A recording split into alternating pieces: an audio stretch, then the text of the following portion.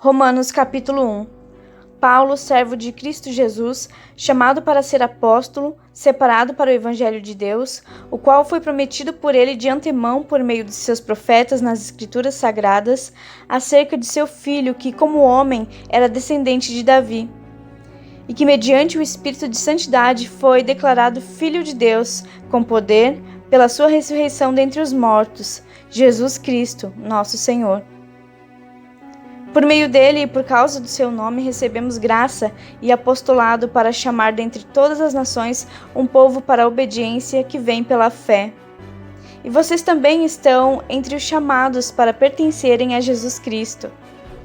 A todos os que em Roma são amados de Deus e chamados para serem santos, a vocês, graça e paz da parte de Deus nosso Pai e do Senhor Jesus Cristo.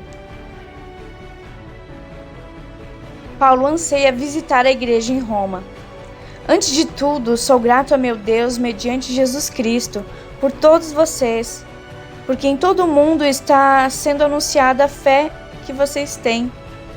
Deus, a quem eu sirvo de todo o coração, pregando o evangelho de seu Filho, é minha testemunha de como sempre me lembro de vocês em minhas orações e peço que agora, finalmente, pela vontade de Deus, me seja aberto o caminho para que eu possa visitá-los. Anseio vê-los a fim de compartilhar com vocês algum dom espiritual para fortalecê-los. Isto é, para que eu e você sejamos mutuamente encorajados pela fé. Quero que vocês saibam, irmãos, que muitas vezes planejei visitá-los, mas fui impedido até agora. Meu propósito é colher algum fruto entre vocês, assim como tenho colhido entre os demais gentios. Sou devedor tanto a gregos como a bárbaros, tanto a sábios como a ignorantes. Por isso estou disposto a pregar o evangelho também a vocês que estão em Roma. Não me envergonho do evangelho, porque é o poder de Deus para a salvação de todo aquele que crê, primeiro do judeu, depois do grego. Porque no Evangelho é revelada a justiça de Deus, uma justiça que do princípio ao fim é pela fé. Como está escrito, o justo viverá pela fé. A ira de Deus contra a humanidade. Portanto, a ira de Deus é revelada dos céus contra toda a impiedade e injustiça dos homens, que suprimem a verdade pela injustiça. Pois o que de Deus se pode conhecer é manifesto entre eles, porque Deus lhes manifestou. Pois desde a criação do mundo, os atributos invisíveis de Deus, seu eterno poder e sua natureza divina, têm sido vistos claramente, sendo compreendidos por meio das coisas criadas, de forma que tais homens são indesculpáveis. Porque tendo conhecido a Deus, não glorificaram como Deus, nem lhe renderam graças, mas os seus pensamentos tornaram-se fúteis e o coração insensato deles obscureceu-se. Dizendo-se sábios, tornaram-se loucos. E trocaram a glória do Deus imortal por imagens feitas segundo a semelhança do homem mortal, bem como de pássaros, quadrúpedes e répteis. Por isso Deus os entregou à impureza sexual, segundo os desejos pecaminosos do seu coração, para a degradação do seu corpo entre si. Trocaram a verdade de Deus pela mentira, e adoraram e serviram a coisas e seres criados, em lugar do Criador, que é bendito para sempre. Amém.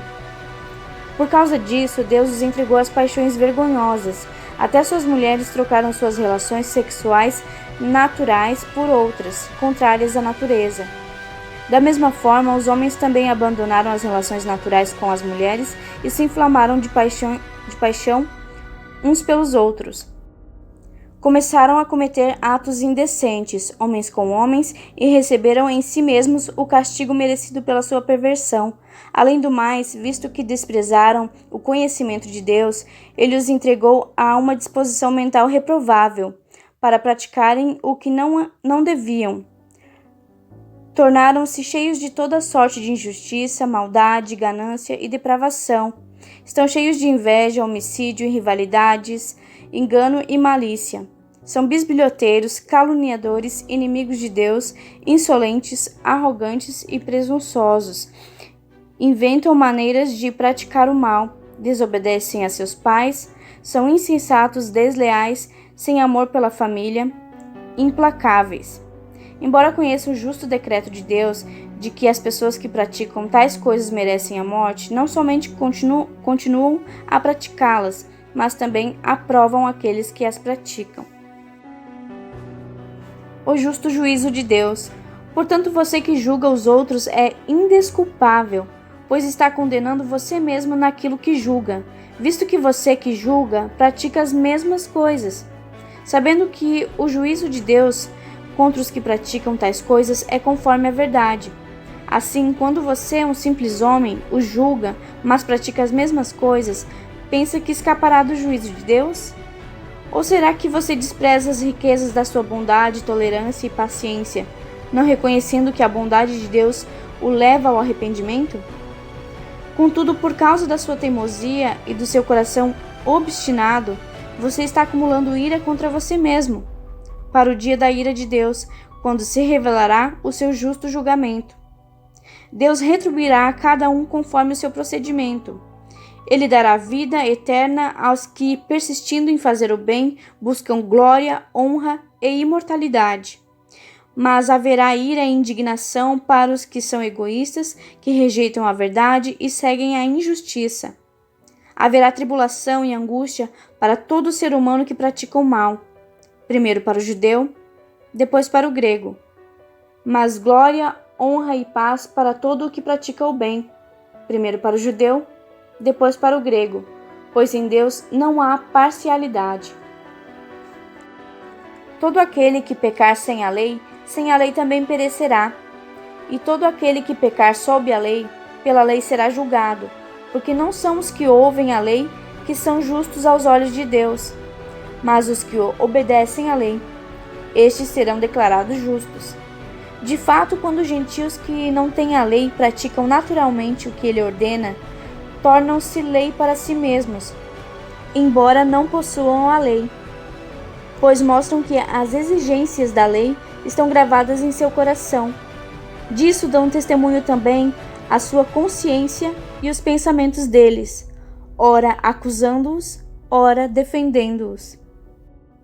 Isso tudo se verá no dia em que Deus julgar o segredo dos homens, mediante Jesus Cristo, conforme o declara o meu Evangelho. Os judeus e a lei. Ora, você leva o nome de judeu, apoia-se na lei e orgulha-se de Deus. Você conhece a vontade de Deus e aprova o que é superior, porque é instruído pela lei. Você está convencido de que é guia de cegos, luz para os que estão em trevas, instrutor de insensatos, mestre de crianças, porque tem na lei a expressão de conhecimento e da verdade. E então, você que ensina aos outros, não ensina a você mesmo? Você que prega contra o furto, furta? Você que diz que não se deve adulterar, adultera? Você que detesta ídolos, rouba-lhes os templos? Você que se orgulha da lei, desonra a Deus desobedecendo a lei? Pois como está escrito, o nome de Deus é blasfemado entre os gentios por causa de vocês. A circuncisão tem valor se você obedece à lei, mas se você desobedece à lei, sua circuncisão já tornou-se incircuncisão. Se aqueles que não são circuncidados obedecem aos preceitos da lei, não serão eles considerados circuncidados? Aquele que não é circuncidado fisicamente, mas obedece à lei, condenará você que, tendo a lei escrita e a circuncisão é transgressor da lei. Não é judeu quem é apenas exteriormente, nem é circuncisão a que é meramente exterior e física. Não! Judeu é quem é interiormente, e circuncisão é a operação do coração, pelo Espírito e não pela lei escrita. Para estes o louvor não provém dos homens, mas de Deus. Que vantagem há então em ser judeu, ou que utilidade há na circuncisão? Muita, em todos os sentidos, principalmente porque os judeus foram confiados às palavras de Deus. Que importa se alguns deles foram infiéis? A sua infidelidade anulará a fidelidade de Deus? De maneira nenhuma. Seja Deus verdadeiro e todo homem mentiroso, como está escrito, para que sejas justificado nas tuas palavras e prevaleças quando fores julgado. Mas se a nossa injustiça ressalta de maneira ainda mais clara a justiça de Deus, que diremos? Que Deus é injusto por aplicar a sua ira? Estou usando um argumento humano. Claro que não. Se fosse assim, como Deus iria julgar o mundo? Alguém pode alegar ainda: se a minha mentira ressalta a veracidade de Deus, aumentando assim a sua glória, por que sou condenado como pecador? Por que não dizer como alguns caluniosamente afirmam que dizemos: façamos o mal para que nos venha o bem? A condenação dos tais é merecida. Ninguém é justo. Que concluiremos então? Estamos em posição de vantagem? Não. Já demonstramos que tanto judeus quanto gentios estão debaixo do pecado. Como está escrito, não há nenhum justo, nenhum sequer. Não há ninguém que entenda, ninguém que busque a Deus. Todos se desviaram, tornaram-se juntamente inúteis. Não há ninguém que faça o bem, não há nenhum sequer. Sua garganta é túmulo aberto, com a língua enganam, veneno de víbora está em seus lábios. Sua boca está cheia de maldição e amargura, seus pés são ágeis para derramar sangue. Ruína e desgraça marcam seus caminhos, e não conhecem o caminho da paz. Aos seus olhos é inútil temer a Deus. Sabemos que tudo o que a lei diz, o diz àqueles que estão debaixo dela, para que toda a boca se cale e o mundo todo esteja sob o juízo de Deus. Portanto, ninguém será declarado justo diante dele baseando-se na obediência à lei, pois é mediante a lei que nos tornamos plenamente conscientes do pecado. A justiça por meio da fé. Mas agora se manifestou uma justiça que provém de Deus, independente da lei, da qual testemunham a lei e os profetas.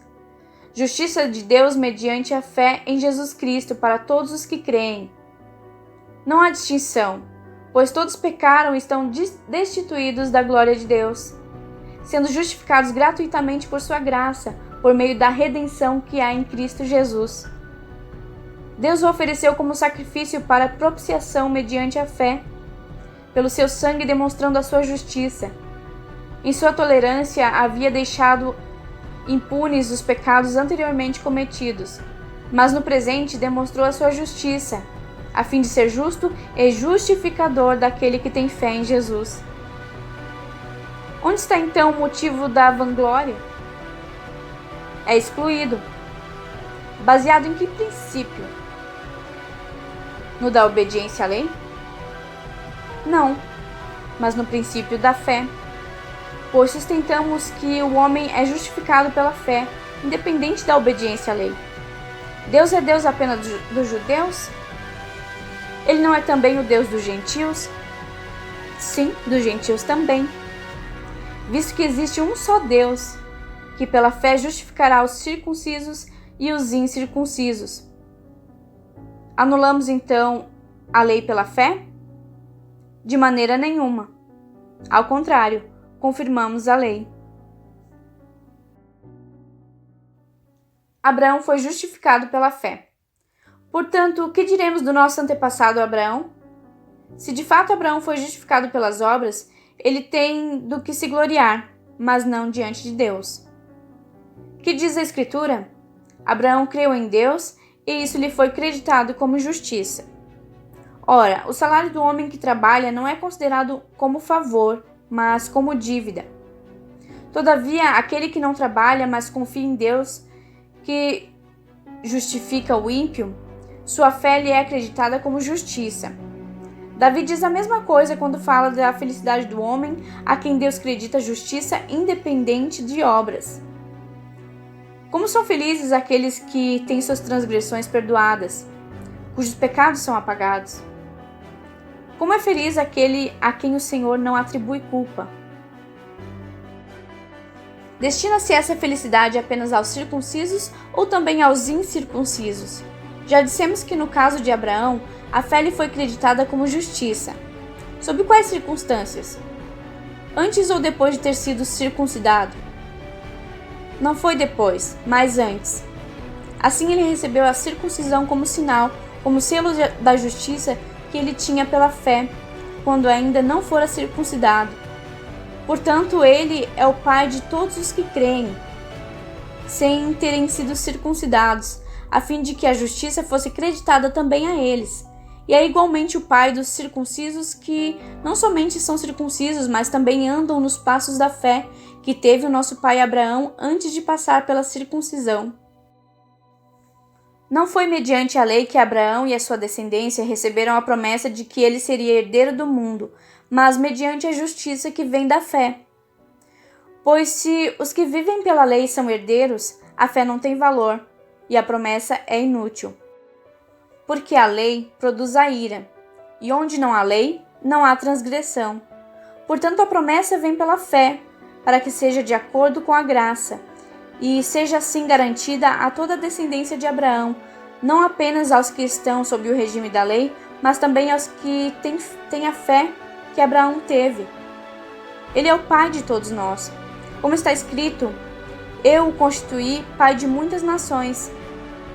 Ele é o nosso pai aos olhos de Deus, em quem creu o Deus que dá vida aos mortos e chama à existência coisas que não existem, como se existissem. Abraão, contra toda esperança, em esperança creu, tornando-se assim pai de muitas nações, como foi dito a seu respeito. Assim será a sua descendência. Sem se enfraquecer na fé, reconheceu que o seu corpo já estava sem vitalidade, pois já contava cerca de 100 anos de idade, e que também o ventre de Sara já estava sem vigor. Mesmo assim, não duvidou, nem foi incrédulo em relação à promessa de Deus, mas foi fortalecido em sua fé, e deu glória a Deus, estando plenamente convencido de que ele era poderoso para cumprir o que havia prometido. Em consequência, isso lhe foi creditado como justiça. As palavras "lhe foi creditado" não foram escritas apenas para ele, mas também para nós, a quem Deus creditará a justiça, a nós que cremos naquele que ressuscitou dos mortos, a Jesus nosso Senhor. Ele foi entregue à morte por nossos pecados e ressuscitado para nossa justificação.